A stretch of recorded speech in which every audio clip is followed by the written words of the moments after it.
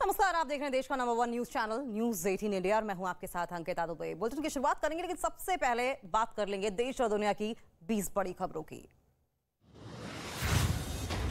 तुर्की और सीरिया में भूकंप से भारी तबाही हुई है। तुर्की और सीरिया में करीब 30,000 लोगों की मौत हो चुकी है, जबकि 85,000 से ज्यादा घायल हुए हैं। अकेले तुर्की में करीब 25,000 लोग मारे गए हैं, जबकि सीरिया में करीब 5,000 लोगों की मौत हो चुकी है। तुर्की में सबसे ज्यादा नुकसान नूरदागी इलाके में हुआ है। लोग हैरान परेशान हैं, त्राहिमाम कर रहे हैं।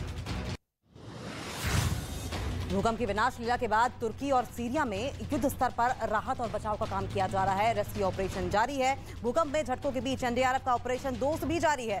तुर्की के नूरदागी इलाके में एनडीआरएफ का ऑपरेशन जारी है। वहां अब भी भूकंप के झटके महसूस किए जा रहे हैं, जिसके बाद लोगों में लगातार दहशत बनी हुई है। लोग डरे हुए हैं। तुर्की में मलबे में दबे लोगों को बचाने के लिए एनडीआरएफ जवान हर संभव मदद की कोशिश कर रहे हैं। अत्याधुनिक मशीनों का इस्तेमाल किया जा रहा है ताकि मलबे में फंसे लोगों को निकाला जा सके। और इस बीच मौतों का आंकड़ा लगातार बढ़ता जा रहा है। जैसे जैसे समय बीत रहा है, वैसे वैसे राहत और बचाव टीम के लिए चुनौतियां भी लगातार बढ़ती चली जा रही हैं। भारत की टीम लगातार तुर्की में लोगों को बचाने में जुटी हुई है। इंडियन आर्मी ने तुर्की के हताय प्रांत में अस्थायी अस्पताल का भी निर्माण करवाया है। अस्पताल में पिछले कई दिनों से लोगों का इलाज किया जा रहा है। घायलों को अस्पताल में सभी तरह की सुविधाएं भी मुहैया करवाई जा रही है। अस्पताल की कमान भारतीय सेना के फील्ड हॉस्पिटल में तैनात डॉक्टर बीना तिवारी के हाथ में है।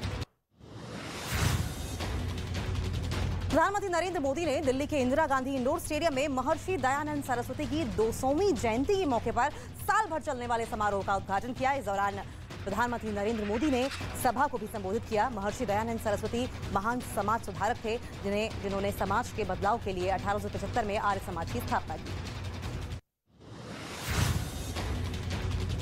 दिल्ली मुंबई एक्सप्रेसवे के पहले चरण का आज प्रधानमंत्री नरेंद्र मोदी उद्घाटन करेंगे। पहले फेज में 246 किलोमीटर का एक्सप्रेसवे दिल्ली से राजस्थान के दौसा के लिए खोला जाएगा और इस एक्सप्रेसवे के पूरा होने के बाद सड़क मार्ग से दिल्ली के मुंबई का सफर महज 12 घंटे में ही पूरा हो जाएगा। ये एक्सप्रेसवे पूरी तरह से ग्रीनफील्ड एक्सप्रेस हाईवे होगा। केंद्रीय गृह मंत्री अमित शाह त्रिपुरा के दौरे पर हैं, जहां उन्होंने गोमती जिले में त्रिपुरा सुंदरी मंदिर में पूजा अर्चना की और आशीर्वाद भी लिया। इस दौरान अमित शाह के साथ त्रिपुरा के सीएम माणिक साहा भी मौजूद रहे। इसके बाद शाह ने विजय संकल्प रैली को भी संबोधित किया। शाह का जोगिंदर नगर रेलवे स्टेशन के सिटी सेंटर तक रोड शो का भी कार्यक्रम है। बीजेपी के राष्ट्रीय अध्यक्ष जेपी नड्डा पश्चिम बंगाल के दौरे पर हैं। नड्डा ने बर्धमान में जनसभा को संबोधित किया। इस दौरान उन्होंने बीजेपी राज्यों में हुए विकास की उपलब्धियां गिनाई। नड्डा ने मेदिनीपुर में भी एक रैली को संबोधित किया। नड्डा का ये दौरा बंगाल में पंचायत चुनाव और 2024 लोकसभा को देखते हुए काफी अहम माना जा रहा है। इस दौरान नड्डा बीजेपी के नेता और कार्यकर्ताओं से भी मुलाकात करते नजर आए। बेंगलुरु में सोमवार को एरो इंडिया शो की शुरुआत होगी। 17 फरवरी तक चलने वाले एरो इंडिया शो के 14वें संस्करण का प्रधानमंत्री नरेंद्र मोदी उद्घाटन करेंगे, जिसकी तैयारियां लगभग पूरी हो गई हैं। बेंगलुरु के यलहंका एयरफोर्स स्टेशन पर इसके लिए रिहर्सल भी की गई है, जिसमें हेलीकॉप्टर्स और लड़ाकू विमानों ने करतब दिखाए हैं। मेक इन इंडिया का भी कमाल इस एयर शो में देखने को मिलेगा।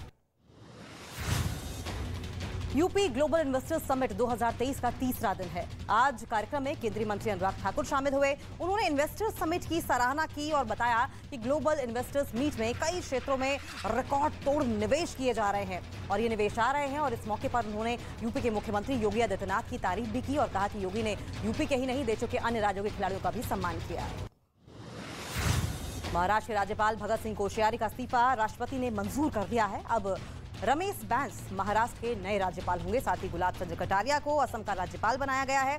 बिहार, झारखंड और छत्तीसगढ़ समेत 12 राज्यों के नए राज्यपाल की नियुक्ति को राष्ट्रपति ने मंजूरी दे दी गई है। इन तमाम राज्यों में अब ये नए राज्यपाल नियुक्त होंगे। दिल्ली में जमियत उलेमाए हिंद के अधिवेशन में हंगामा हो गया। अधिवेशन में शामिल हुए कई धर्मगुरु अरशद मदनी के विवादास्पद बयान पर नाराज हो गए और मंच छोड़कर चले गए। मदनी के बयान पर जैन गुरु लोकेश मुनि ने मंच पर खड़े होकर विरोध जताया और कहा कि जोड़ने वाले कार्यक्रम में आपत्तिजनक बातें आखिर क्यों की गई थी। दिल्ली के मेयर और डिप्टी मेयर चुनाव के लिए एक बार फिर से नई तारीखों का निर्धारण कर दिया गया है। एलजीबी के सक्सेना ने दिल्ली सरकार की ओर से भेजे गए प्रस्ताव पर अब मुहर लगा दी है, जिसके मुताबिक 16 फरवरी को दिल्ली नगर निगम की बैठक बुलाने की मांग की गई है। एमसीडी चुनाव के बाद चौथी बार बैठक का आयोजन किया जाएगा, जिसमें मेयर और डिप्टी मेयर समेत स्टैंडिंग कमेटी के सदस्यों का चुनाव होगा। उत्तर प्रदेश के मेरठ में एक महिला का शव बोरी में पड़ा मिला। महिला का शव मिलने से इलाके में हड़कंप मच गया। लोगों ने तुरंत पुलिस को इसकी सूचना दी। मौके पर पहुंची पुलिस ने शव को कब्जे में लेकर पोस्टमार्टम के लिए भिजवाया और मामले की जांच शुरू कर दी। जांच के दौरान पुलिस ने घटनास्थल के पास लगे सीसीटीवी कैमरे को खंगाला। जब खंगाला तो उसमें देखा कि एक शख्स बोरे को कंधे में टांगे यहां पर घूमता दिखाई दे रहा था। बाबा बागेश्वर धाम के पीठाधीश्वर धीरेन्द्र शास्त्री ने हिंदू राष्ट्र बनाने के विचार को आगे बढ़ाने के लिए महायज्ञ का ऐलान किया है।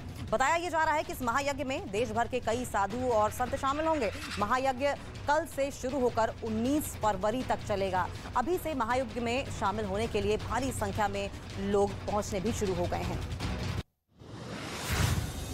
जम्मू कश्मीर के गुलमर्ग से हैरान कर देने वाला वीडियो आया है सामने, जहां तेज हवाओं की वजह से एक खिलाड़ी रोपवे पर हादसे का शिकार हो गया और रोपवे ट्रॉली में सवार स्कीयर हवा में लटक गया। काफी देर तक वो रोपवे ट्रॉली को पकड़े जमीन और आसमान के बीच जिंदगी और मौत से लड़ता दिखा। गनीमत रही कि हादसे में वो बाल बाल बच गया, हालांकि उसे हल्की फुल्की चोटें जरूर आई। हिमाचल प्रदेश के कई जिलों में एक बार फिर से मौसम बदल गया है। वहां फिर से बर्फबारी शुरू हो गई, जिसकी वजह से वहां कई रास्ते बंद हो गए हैं। लाहौल स्पीति में पहाड़ से लेकर सड़कों पर बर्फ की सफेद चादर बिछी नजर आई। वहीं मनाली में भी लगातार तेज बारिश और बर्फबारी का दौर जारी है, जिसकी वजह से पहाड़ सफेद बर्फ की चादर में लिपट गए हैं, तो सड़कें बर्फ की मोटी परत से ढकी हुई नजर आई।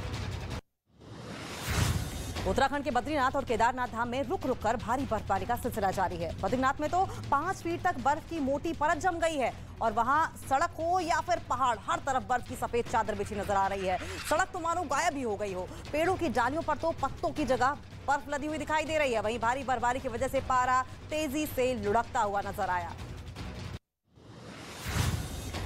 पेरिस में सरकार के खिलाफ प्रदर्शन तेज हो गया है। वहां के लोगों ने मैक्रो सरकार के पेंशन सुधार के खिलाफ हाथ में बैनर लिए सरकार का विरोध किया, जिसे रोकने के लिए पुलिस को काफी मशक्कत करनी पड़ी। और इससे पहले प्रदर्शनकारियों ने सड़क को जाम कर दिया और जमकर नारेबाजी की और राष्ट्रपति की नीतियों का विरोध किया। राष्ट्रपति इमैनुअल मैक्रो जमकर इन विरोध प्रदर्शनकारियों के निशाने पर रहे। आईसीसी महिला T20 विश्व कप में आज भारतीय टीम का सामना पाकिस्तान से है। दोनों टीमों के बीच ये मुकाबला केप टाउन के न्यू लैंड्स मैदान पर खेला जाएगा। स्मृति मंधाना चोट के चलते इस महामुकाबले से बाहर हो चुकी हैं और ऐसे में टीम की कप्तान हरमनप्रीत कौर पर पल्ले से अच्छा प्रदर्शन करने की जिम्मेदारी रहेगी। ये मुकाबला शाम 6:30 बजे से आयोजित किया जाएगा। भारत पाकिस्तान में इस मुकाबले को लेकर उत्साह है। इस एक्सप्रेसवे पर आप लुत्फ लेते हुए मुंबई तक जा सकते हैं और सिर्फ 12 घंटे का समय आपको लगेगा। जिस एक्सप्रेस वे के हर चप्पे चप्पे पर पैनी निगाह रखी जाएगी,